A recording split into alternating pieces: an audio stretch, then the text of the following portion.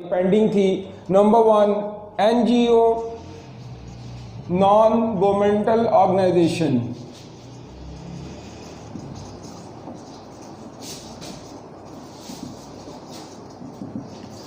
And number 2, cooperatives.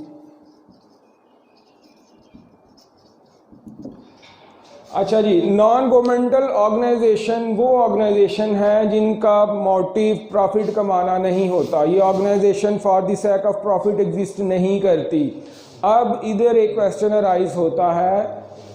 Number 1, इनकी जो characteristics है ये नॉट फॉर प्रॉफिट हैं। अब अगर ये नॉट फॉर प्रॉफिट है तो हमने कल वाले भी चैप्टर में काफ़ी ज़्यादा चीज़ें देखी, काफ़ी ऑर्गेनाइजेशन की एग्जांपल्स हमने समझी जो कि नॉट फॉर प्रॉफिट थी, जिनका मोटिव प्रॉफिट कमाना नहीं था, जैसा कि चैरिटीज़। अब इशू ये क्रिएट होता है कि अगर तो वो भी नॉट फॉर प्रॉफिट थी तो इनका सिर्फ नाम चेंज करके इनको एनजीओ क्यों कहा गया। तो बच्चे याद रखिएगा, इनका दूसरा कैरेक्टरिस्टिक्स है they are not linked with government.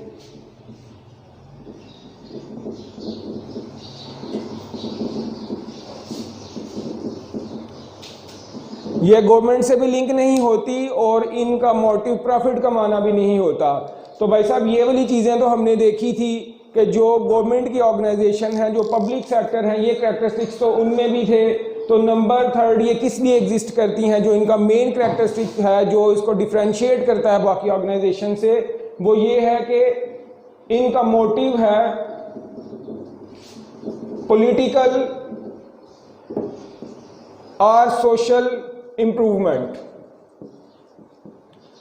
बच्चे ये इसका मेन कैरेक्टरिस्टिक है, ये एग्जिस्ट करती हैं पॉलिटिकल या सोशल इंप्रूवमेंट के लिए। पॉलिटिकल या सोशल इंप्रूवमेंट क्या है, इसको आप इस चीज़ से समझिए। रेड क्रॉस एक इसकी बेहतरीन एग्जांपल है। Red cross green house effect जो हैं, या WWF जो ऑर्गेनाइजेशन है जो कि जानवरों के, एनिमल्स के तहफ़्फ़ुज़ के लिए काम करती है, हकूक़ निस्वां के लिए, औरतों के हक के लिए बहुत सारी ऑर्गेनाइजेशंस पाकिस्तान में काम कर रही हैं। तो ये वो तमाम चीज़ें हैं जो सोसाइटी की इम्प्रूवमेंट के लिए, पॉलिटिकल निज़ाम की इम्प्रूवमेंट के लिए, सोसाइटी की इम्प्रूवमेंट के लिए जो काम होते हैं वो NGOs करती हैं। सो ये 3 कैरेक्टरिस्टिक्स हैं जो आपको याद रखें। नंबर 1, नॉट फॉर प्रॉफिट, ये प्रॉफिट भी नहीं कमाती। नंबर 2, ये गवर्नमेंट से लिंक्ड भी नहीं होती, मीन्स के प्राइवेट वाले लोग जो प्राइवेट सिटीजन्स हैं वो इसको एग्जिस्ट करेंगे। एंड फाइनली नंबर 3, ये पॉलिटिकल या सोसाइटी की इम्प्रूवमेंट के लिए होती हैं जी। इसके बाद आ जाते हैं कोऑपरेटिव्स।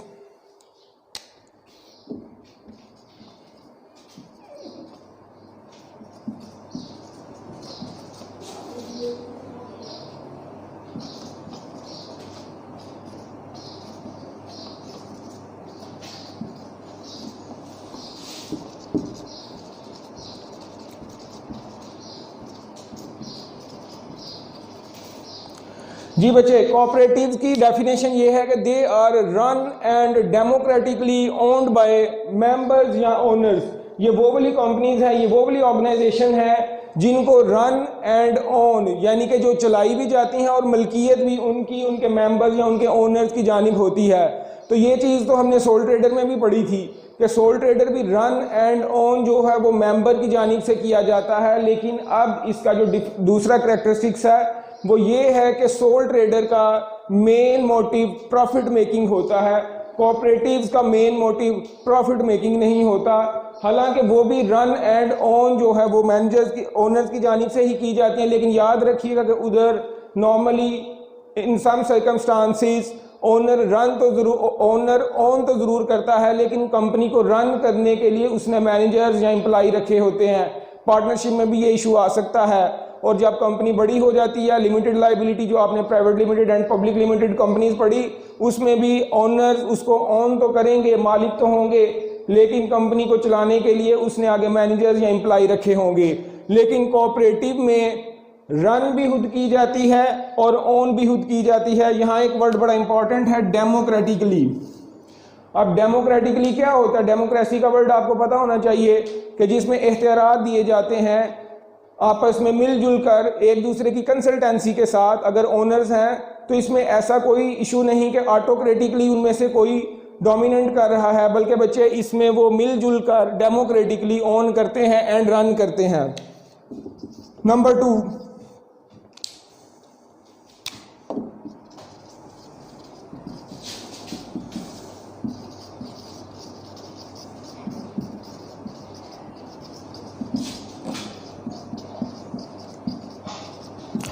इसका मेन मोटिव, इसका मेन ऑब्जेक्टिव ओनर्स या जो मेंबर्स हैं उनकी वेलफेयर है। जो इसके ओनर हैं, जो इसको रन कर रहे हैं और ओन कर रहे हैं, उनकी वेलफेयर, उनकी बेनिफिट के लिए काम करना है। इसका भी मेन मोटिव प्रॉफिट कमाना नहीं है, लेकिन प्रॉफिट भी कमा सकती हैं। अगर प्रॉफिट हो रहा है तो अब वो किसके बेनिफिट के लिए यूज होगा? ओनर्स के लिए। वो आपस में डिस्ट्रीब्यूट करेंगे। इसकी बेस्ट एग्जांपल यूके में कोऑपरेटिव ग्रुप, बहुत बड़ा कोऑपरेटिव ग्रुप है, 5.5 million people, 5.5 million people from different sectors including banking, grocery, finance, different sector से जो है वो लोग उसमें 5.5 मिलियन लोग हैं, एक दूसरे के फायदे के लिए काम करते हैं। तो बच्चे याद रखिएगा ये दो कैरेक्टरिस्टिक्स, चूंकि हमने लाजमी पढ़ा था कल ऑर्गेनाइजेशन की डेफिनेशन में, जो दूसरा उसका एलिमेंट था कि ऑर्गेनाइजेशन में कलेक्टिव गोल्स होते हैं। तो कलेक्टिव गोल से आप इन दोनों को, इन सब ऑर्गेनाइजेशन जो हमने पढ़ी उन सबको डिफरेंशिएट कर सकते हैं। इधर नॉट फॉर प्रॉफिट है और मेन कलेक्टिव गोल उनका क्या है? पॉलिटिकल या सोसाइटी की इंप्रूवमेंट। एनजीओ में, कोऑपरेटिव में मेन कलेक्टिव गोल क्या है? वेलफेयर और benefit of owner who run and democratically own the company. जी कोई क्वेश्चन इधर तक?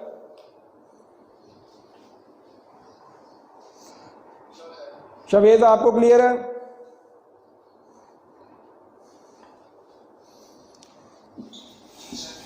गुड।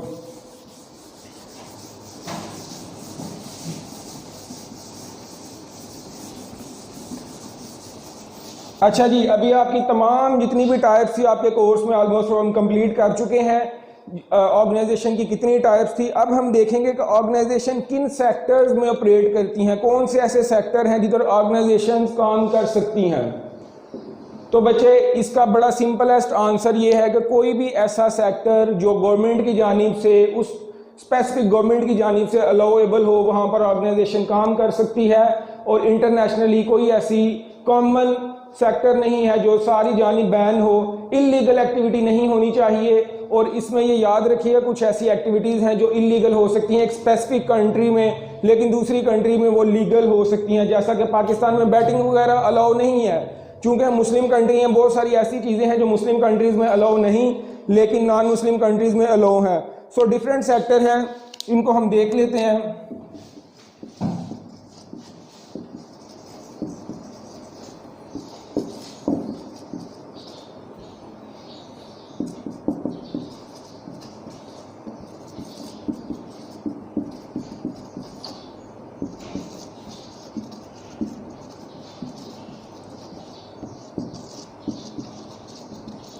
ये बच्चे एग्जाम्पल के लिए मैंने कोई 4-5 इधर सेक्टर लिखे हैं। Number 1 agriculture. एग्रीकल्चर सेक्टर आपको पता है कि पाकिस्तान का एक बड़ा इम्पॉर्टेंट पिलर है रेवेन्यू जनरेशन का, और पाकिस्तान में बहुत ज़्यादा लोग इस सेक्टर से एसोसिएट हैं। ये जो आपके गंदम, चावल, ये सारी चीज़ें एग्रीकल्चर सेक्टर में आते हैं। इधर जो ऑर्गेनाइजेशन आएंगी वो इस सेक्टर से एसोसिएट होंगी। पाकिस्तान में बहुत बड़े बड़े नाम, अभी रिसेंटली मैं पब्लिसाइज उनका नाम इधर नहीं कर सकता, लेकिन आप लोगों को पता है कि वो एग्रीकल्चर सेक्टर से एसोसिएट हैं।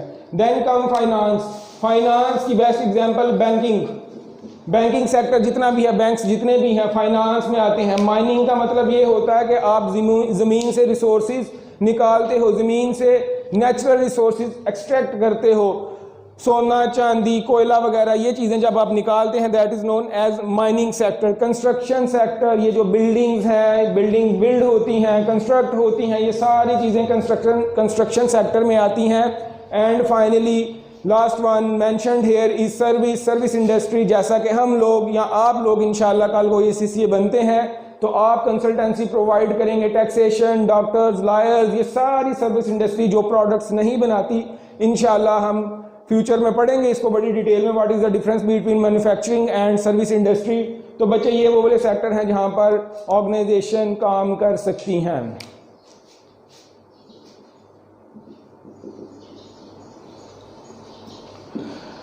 अब नेक्स्ट हमारा टॉपिक है कि ऑर्गेनाइजेशन डिफर कैसे करती हैं एक दूसरे से। डिफरेंस, वो कौन से फैक्टर्स हैं जो डिफरेंट ऑर्गेनाइजेशन को डिफर करते हैं एक दूसरे से।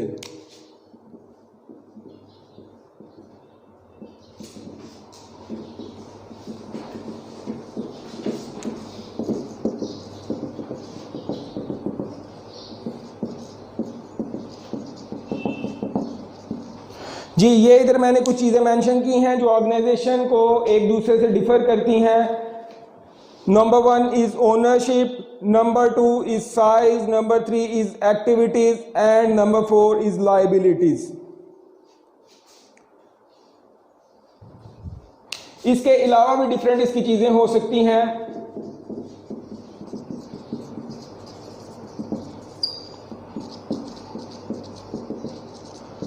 जी ओनरशिप को अगर हम पहले देखें तो ओनरशिप का मतलब आपने कल पढ़ा कि सोल ट्रेडर है, ओन किससे कौन इसको ओन करता है, मलकियत किसकी है, इधर सोल ट्रेडर है, पार्टनरशिप है, लिमिटेड लाइबिलिटी है, लिमिटेड लाइबिलिटी में आगे फर्दर प्राइवेट सेक्टर है, पब्लिक सेक्टर है, या फिर प्राइवेट लिमिटेड कंपनी या पब्लिक लिमिटेड कंपनी है, या फिर वो पब्लिक सेक्टर या प्राइवेट सेक्टर है, किन की मलकियत है, एनजीओ है, कोऑपरेटिव है। सो ये नंबर 1 इसका एलिमेंट ओनरशिप है जो डिफरेंट करता है ऑर्गेनाइजेशन को दूसरी ऑर्गेनाइजेशन से। देन कम साइज, छोटी ऑर्गेनाइजेशन सोल ट्रेडर, कल आपने पढ़ा कि छोटी ऑर्गेनाइजेशन सोल ट्रेडर के तौर पर कंपनी स्टार्ट करती है, देन ग्रेजुअली इंक्रीज करते हुए पार्टनरशिप से लिमिटेड लाइबिलिटी में जाती है। छोटी कंपनीज भी होती हैं, बड़ी कंपनीज भी होती हैं, नेशनल लेवल की, इंटरनेशनल लेवल की, लोकल लेवल की, साइज डिफर करता है।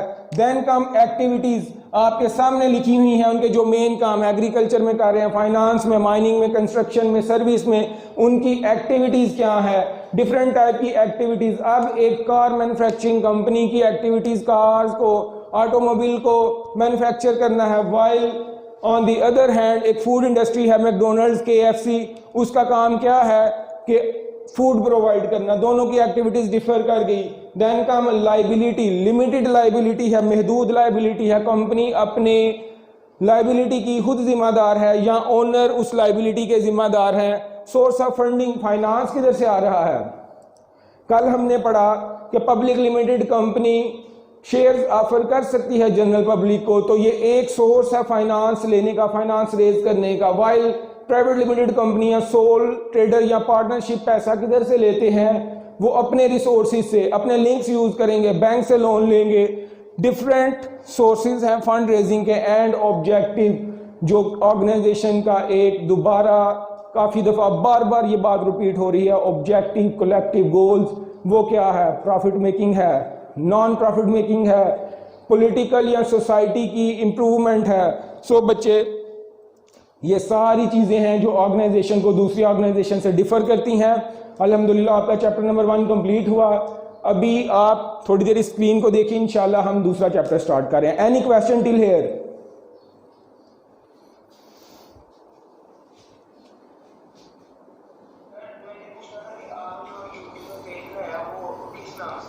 जी मैं उसका लिंक आपको आज सेंड करवा दूंगा ग्रुप में। SBL सियालकोट के नाम से हमारा YouTube पेज है, उस पर आपको लेक्चर्स हमारे अवेलेबल हो जाएंगे।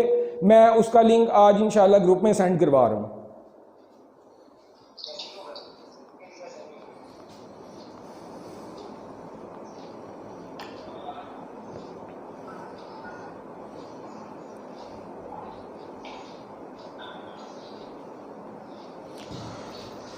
जी नेक्स्ट चैप्टर है हमारा ऑर्गेनाइजेशन स्ट्रक्चर, चैप्टर नंबर 2।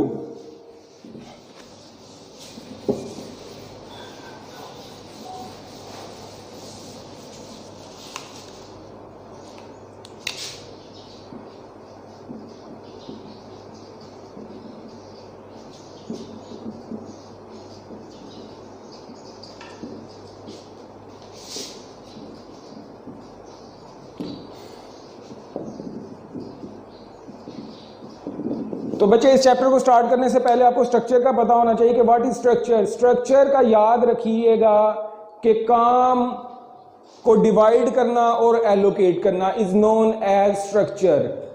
अब काम को डिवाइड करना और उसको एलोकेट करना, हमने ऑर्गेनाइजेशन की डेफिनेशन में पढ़ा था कि कंट्रोल्ड परफॉर्मेंस। अब कंट्रोल्ड परफॉर्मेंस कैसे होगी? लोग कोई काम परफॉर्म करेंगे, उनको कुछ ड्यूटीज एलोकेट की जाएंगी, उनकी कोई रिस्पॉन्सिबिलिटी लगाई जाएगी। जब उनकी रिस्पॉन्सिबिलिटी लगाई जाएगी उसके अगेंस्ट उनको पेमेंट होगी और फिर उनकी परफॉर्मेंस को असेस भी किया जाएगा कि अगर इस बंदे को हमने ये टारगेट दिया था कि एक दिन में इसने 100 यूनिट्स मैन्युफैक्चर करनी है तो क्या उसने की या नहीं। परफॉर्मेंस को एलोकेट करना, परफॉर्मेंस को असेस करना, ये सारी चीज़ें स्ट्रक्चर से लिंक्ड हैं। तो याद रखिएगा कि स्ट्रक्चर का मतलब है काम को डिवाइड करना, पूरी ऑर्गेनाइजेशन में कितना काम था उसको डिवाइड किया डिफरेंट पीसीज में, फाइनेंस का काम फलाना बंदा देखेगा, प्रोडक्शन का काम फलाना बंदा देखेगा, फिर उसको एलोकेट किया और रिस्पॉन्सिबिलिटी बनाई और रिस्पॉन्सिबिलिटी को देखा। This is known as structure. इसकी एग्जांपल, बेस्ट एग्जांपल दूसरी आपकी घर की, अपने घर की ले, वालिदैन, पेरेंट्स, गार्डियन, बड़ों का काम क्या होता है? फाइनेंस जनरेट करके लाना घर में। आपकी रिस्पॉन्सिबिलिटी क्या है? पढ़ना। घर वालों की रिस्पॉन्सिबिलिटी क्या है? घर के मामला देखना। तो बच्चे ये एक स्ट्रक्चर बना होता है घर का भी, एग्जैक्टली उसी तरह ऑर्गेनाइजेशन का भी एक स्ट्रक्चर होता है। तो ऑर्गेनाइजेशन अपने स्ट्रक्चर के हिसाब से चलती है। ऐसा नहीं कि आंखें बंद करके जिसका जो दिल कर रहा है वो वाला काम कर रहा है। डिफरेंट ड्यूटीज एलोकेट की गई हैं, काम को डिवाइड करके रिस्पॉन्सिबिलिटी बनाई गई है, एंड देन उसको अकाउंटेबल होना पड़ता है।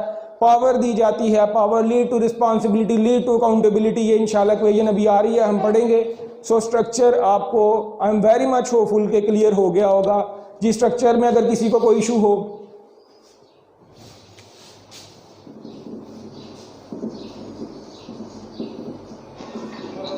गुड।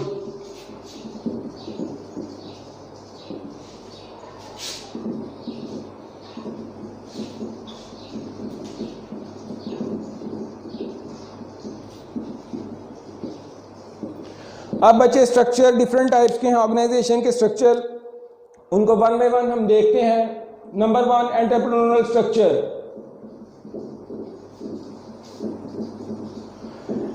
इसमें क्या है, जब कारोबार हमारा छोटा होता है, छोटे लेवल पर होता है, तो एंटरप्रेन्योर जो है वो सारा स्ट्रक्चर उसके गिर्द घूमता है। चूंकि वो एक स्पेशलिस्ट बंदा होगा, एक्सपर्ट बंदा होगा, काम का लेवल छोटा होगा, तो जितना काम होगा उसको सारी उसकी जो बारीकियां हैं उसका नॉलेज होगा।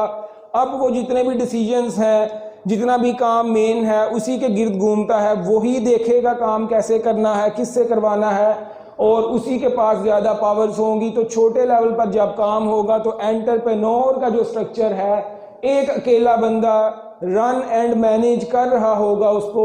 हालांकि हमने कल पढ़ा था कि ऑर्गेनाइजेशन में जो है 2 या 2 से ज़्यादा लोग इकट्ठे हों तो तभी सोशल अरेंजमेंट बनती है। तो मैं दोबारा ये पॉइंट रिपीट कर दूं कि एंटरप्रेन्योर स्ट्रक्चर या सोल ट्रेडर का हरगिज़ मतलब ये नहीं कि एक ही बंदा कंपनी में एग्जिस्ट करता है। रन एंड मैनेजमेंट का इशू तो आ सकता है, लेकिन बाकी लोग भी ऑर्गेनाइजेशन में इन्वॉल्व होते हैं। एंटरप्रेन्योर स्ट्रक्चर छोटे लेवल पर होगा। इसके फ़ायदे क्या हैं? डिसीजन मेकिंग बड़ी इजी हो जाती है, फ़ौरन हो जाती है, कोई इशू क्रिएट नहीं होता। कोई ऐसी किस्म का डिसीजन करना है जो इमीडिएटली करना है, फ़ौरन करना, तो एंटरप्रेन्योर खुद कर सकता है। चूँकि उसको कंसल्टेंसी नहीं लेनी किसी से, उसको अप्रूवल नहीं लेनी किसी से, तो फ़ौरन फास्ट डिसीजन मेकिंग हो सकती है।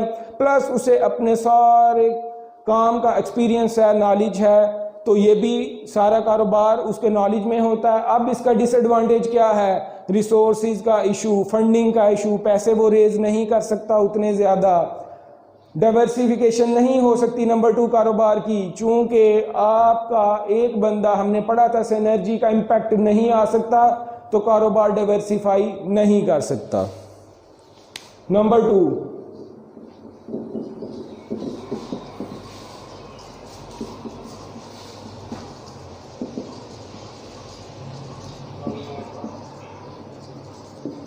जी, फंक्शनल और डिपार्टमेंटल स्ट्रक्चर। इसको बड़ा इंपॉर्टेंट है, इसको आपने समझना है ध्यान से, चूंकि इंशाल्लाह जब आप प्रैक्टिकल फील्ड में जाएंगे तो मोस्ट प्रोबेबली यही पहला एक ऐसा स्ट्रक्चर होगा जिससे आपको फेस करना पड़ेगा।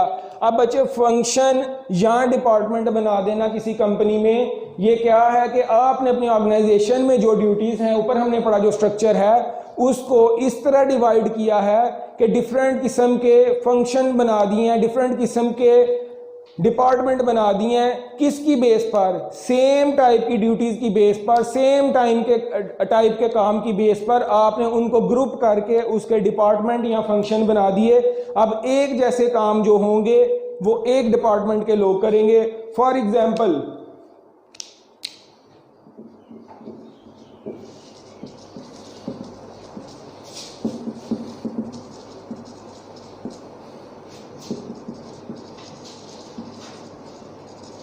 मैंने इधर 3 डिपार्टमेंट्स मेंशन की हैं। प्रोडक्शन, कंपनी अगर ऑर्गेनाइजेशन ऐसी है जो प्रोडक्ट्स बनाती है तो डेफिनेटली उनको उन प्रोडक्ट्स को प्रोड्यूस करना पड़ेगा।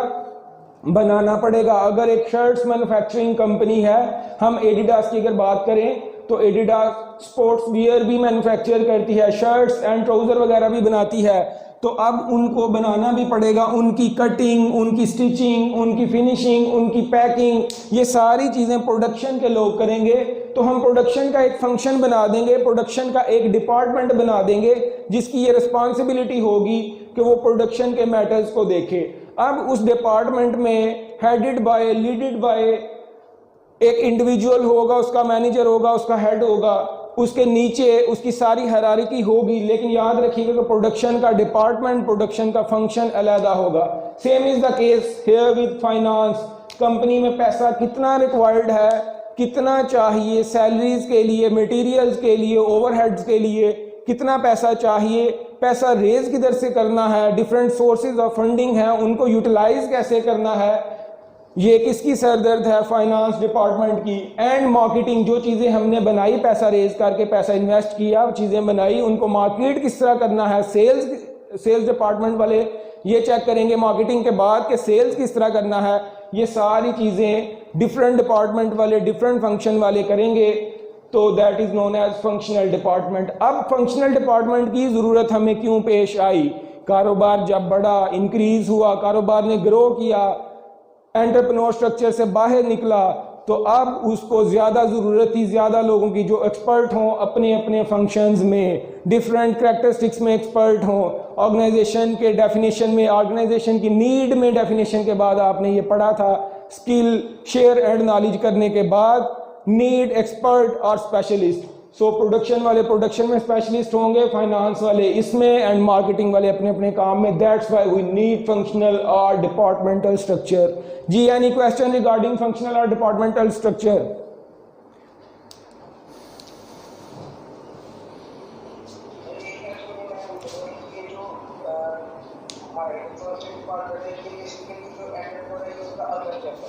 सॉरी, जी जी बिल्कुल, एंटरप्रेन्योर स्ट्रक्चर है वो बिजनेस छोटे लेवल पर है, उधर डिपार्टमेंट की ज़रूरत नहीं पड़ती, क्योंकि एंटरप्रेन्योर को जो ओनर है उसे पता है सारी चीज़ों का, उसे डिपार्टमेंट की ज़रूरत ही नहीं पड़ती। वो मार्केटिंग के डिसीजन भी खुद कर सकता है, चूंकि वो एक्सपर्ट है अपने कारोबार के लिए, वो फाइनेंस का डिसीजन भी खुद कर सकता है, उसको ज़रूरत नहीं है। लेकिन जब कारोबार बढ़ा तो एक लिमिट तक वो अपने काम कर सकेगा, उससे फंक्शनल डिपार्टमेंटल फंक्शन की ज़रूरत, स्ट्रक्चर की ज़रूरत लाजमी पड़ेगी। तो आप बिल्कुल ठीक कह रहे हैं कि जो फंक्शनल डिपार्टमेंटल स्ट्रक्चर है ये एंटरप्रेन्योर स्ट्रक्चर के बाद वाली स्टेज है। Then comes divisional structure. इसके दो नाम है बच्चे, इसको डिविजनल और प्रोडक्ट स्ट्रक्चर भी कहा जाता है। अब डिविजनल और प्रोडक्ट स्ट्रक्चर को समझने के लिए एक चीज माइंड में रखिएगा कि यहाँ डिवीजन का मतलब कारोबार की एक डिवीजन लिया जाता है, कारोबार के कुछ आइटम्स जो हैं या प्रोडक्ट्स जो हैं उनको डिफरेंट कर दिया तो एक डिवीजन बना दी। इसको समझिए, पहले एक एग्जांपल से इसकी एग्जांपल सुनिए। लेट्स सपोज कोई कार मैन्युफैक्चरिंग इंडस्ट्री है, इंडिया में बड़ी फेमस टाटा मोटर्स। अब टाटा मोटर्स की दो डिवीजन्स की अगर हम बात करें, एक उनकी कार्स, दूसरे उनके ट्रक्स, तो जितनी भी टाइप की कार बनेगी वो एक डिवीजन कहलाएगी, जितने भी टाइप के ट्रक्स बनेंगे वो दूसरी डिवीजन कहलाएगी। नेक्स्ट एग्जांपल, अगर हम एप्पल की बात करें, बड़ी फेमस कंपनी, सबको पता है, आप लोग इसकी प्रोडक्ट से बाखूबी वाकिफ हैं, कहीं ना कहीं आपको वास्ता लाजमी पड़ता है। तो अब एप्पल कंपनी कौन कौन सी चीजें बना रही है? स्मार्टफोन्स, नंबर 2 घड़ियां, वॉच, नंबर 3 लैपटॉप्स या कंप्यूटर्स। तो बच्चे अगर एप्पल की कंपनी को हम डिविजनलाइज करें तो एक डिवीजन हो गई स्मार्टफोन की, दूसरी डिवीजन हो गई घड़ियों की, तीसरी डिवीजन हो गई लैपटॉप्स की। तो डिवीजन मींस प्रोडक्ट की बेस पर आप या कस्टमर की कोई स्पेसिफिक प्रोडक्ट की बेस पर आप जब एक स्ट्रक्चर को डिफरेंशिएट कर देते हैं तो that is known as divisional और प्रोडक्ट स्ट्रक्चर। अब इससे फायदा क्या होगा? फायदा ये होगा कि क्लैरिटी आ जाएगी, बड़ी जबरदस्त किस्म की क्लैरिटी आ गई। अगर एप्पल का स्मार्टफोन मैन्युफैक्चरिंग डिवीजन प्रॉफिट में है या लॉस में है, तो क्लियर होगा कि इसके जो ओनर मैनेजर हैं, जो इसके रिस्पॉन्सिबल हैं इस डिवीज़न के, वो बड़ा अच्छा परफॉर्म कर रहे हैं या बड़ा बुरा परफॉर्म कर रहे हैं। वाच की यूनिट अगर उनकी नहीं चल रही, वाच का डिवीज़न अगर उनका नहीं चल रहा, वाच वाला प्रोडक्ट स्ट्रक्चर उनका अगर नहीं चल रहा, तो सबको ये एनालिसिस करने में बड़ा ईजी हो जाएगा कि इसकी जो इस डिवीज़न के जो एम्प्लॉइज़ हैं, मैनेजर्स हैं, वो अच्छा परफॉर्म नहीं कर रहे। दोनों में मिक्सअप नहीं करना, प्रोडक्ट फंक्शनल या मार्केटिंग में। इधर आप सिर्फ ये एनालिसिस कर सकते हैं कि प्रोडक्शन वाले, पूरी कंपनी के लोग प्रोडक्शन वाले प्रोडक्शन टाइमली कर रहे हैं या नहीं कर रहे, फाइनेंस अच्छा मैनेज कर रहे हैं या नहीं कर रहे। लेकिन अगर फंक्शनल या डिपार्टमेंटल स्ट्रक्चर में कोई प्रोडक्ट अच्छा परफॉर्म ना कर पाई, तो आपको एनालिसिस करना बड़ा टफ हो जाएगा कि हमारी कौन सी ऐसी प्रॉब्लम थी, हमारे कौन से बंदों की वजह से इशू आया कि ये हमारी प्रोडक्ट नहीं चल सकी। While on the other hand divisional और प्रोडक्ट स्ट्रक्चर में आप बड़ा इजीली इस चीज़ को आइडेंटिफाई कर सकते हैं। और दूसरे नंबर पर याद रखिए कि डिविजनल स्ट्रक्चर में हमेशा हर डिवीजन या हर प्रोडक्ट अपना रेवेन्यू जनरेट करेगी, उसका अपना रेवेन्यू जनरेशन होगा।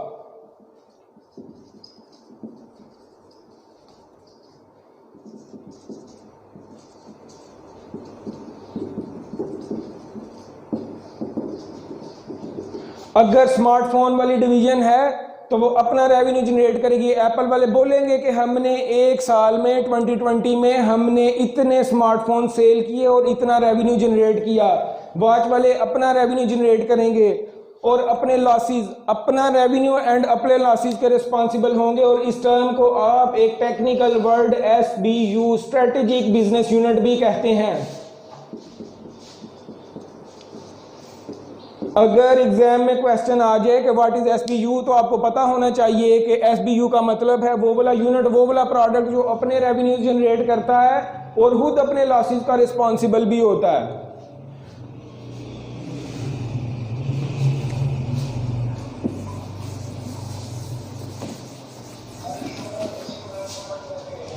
जी जी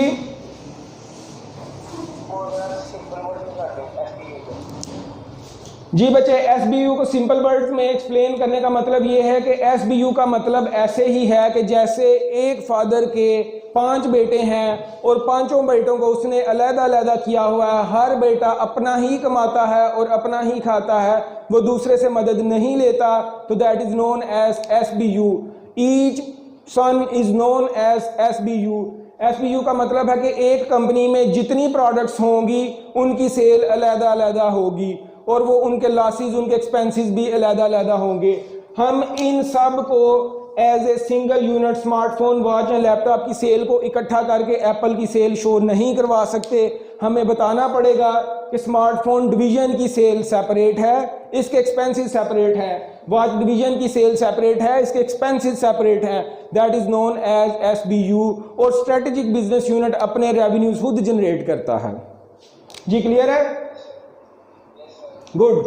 अच्छा जी, डिविजनल स्ट्रक्चर में जो आगे इसका कैरेक्टरिस्टिक्स है वो ये याद रखिए कि हर डिवीजन में इसके अपने डिपार्टमेंट्स होंगे, इसके अपने फंक्शंस होंगे। जो आगे आपने स्ट्रक्चर पढ़ा, इधर स्मार्टफोन जो डिवीजन होगी इसके अपने डिपार्टमेंट्स होंगे। स्मार्टफोन डिवीजन का अपना प्रोडक्शन डिपार्टमेंट, इसका अपना फाइनेंस डिपार्टमेंट, इसका अपना marketing department. Same is the case with watch and laptops. सबके, वॉच का भी अपना प्रोडक्शन, फाइनेंस एंड मार्केटिंग, बिल्कुल इसी तरह लैपटॉप वालों के भी। तो याद रखिएगा। अब इसके बाद आता है मैट्रिक्स स्ट्रक्चर। मैट्रिक्स स्ट्रक्चर एक ऐसा स्ट्रक्चर है जो कि डुअल कैरेक्टरिस्टिक्स रखता है। अब डुअल कैरेक्टरिस्टिक्स का क्या मतलब है? मींस के ये फंक्शनल और डिपार्टमेंटल स्ट्रक्चर,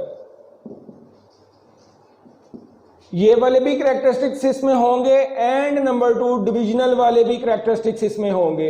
ये बहुत इजी है आइडेंटिफाई करने के लिए। मैट्रिक्स स्ट्रक्चर अगर तो एग्जाम में क्वेश्चन आ गया तो आपको याद रखना चाहिए कि इसमें फंक्शनल एंड डिविजनल दोनों कैरेक्टरिस्टिक्स होंगे। तो that is known as matrix structure. अब हम इसको पढ़ते हैं, समझते हैं कि अगर हमारी product a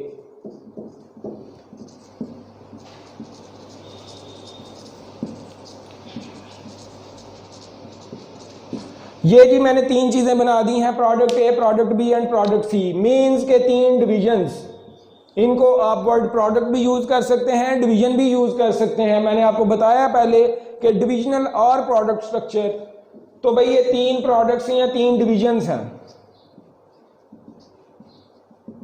while on the other hand अगर हम डिपार्टमेंट्स की बात करें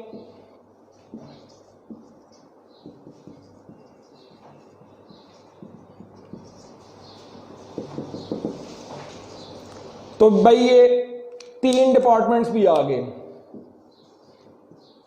तीन का मतलब हरगिज ये नहीं लेना कि तीन ही होते हैं, ज्यादा भी हो सकते हैं। इधर मैंने आपको एग्जांपल में समझाने के लिए तीन मेंशन की हैं। तो ये वाली जो साइड है ये कौन सी है, फंक्शनल